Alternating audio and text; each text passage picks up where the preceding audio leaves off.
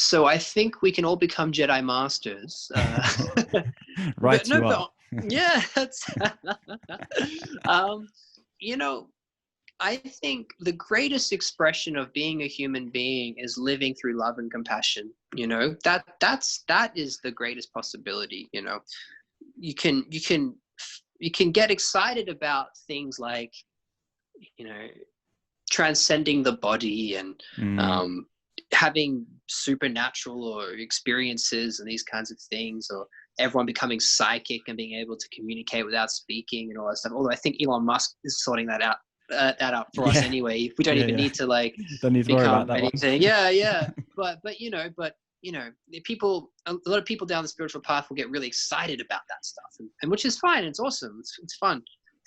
But at the end of the day, we are 3D human beings here having a human experience. What is the ultimate expression of being a divine human being? And I believe that is just living through love, care, and compassion for one another, and Mm, living from the heart. Having the heart be the primary driver of how we believe, our beliefs, and how we act and how we feel, and just let the brain kind of take care of the edges. The brain kind of takes care of the practicalities of things, but the direction and intention should be set by the heart. um, mm, so I think actually what's going to come out of the situation that we're in now is a far more conscious, far more loving, and far more caring world.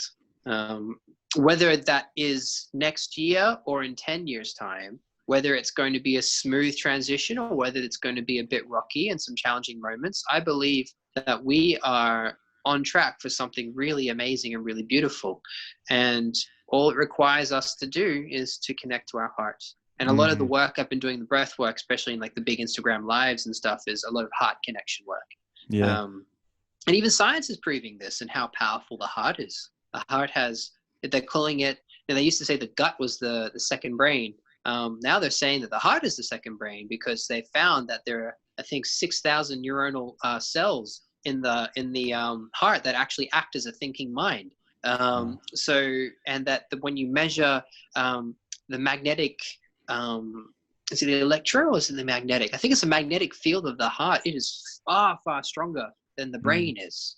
So there's a lot of suggestion. Even how the ancient Egyptians used to mummify the pharaohs and people of high status.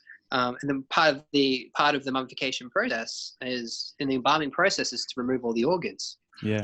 And they would only leave a couple of organs in the body to be taken into the afterlife. Interestingly, one was the genitalia, and the second was the heart. Yeah. And the rest of the organs they placed in urns that surrounded the sarcophagus. And guess what they did with the brain? They threw it in the bin. No, really.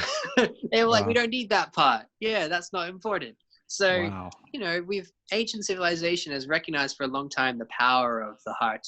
And I think as in a Western society, we're going to come back to that. And that's going to be the ultimate expression of human beings.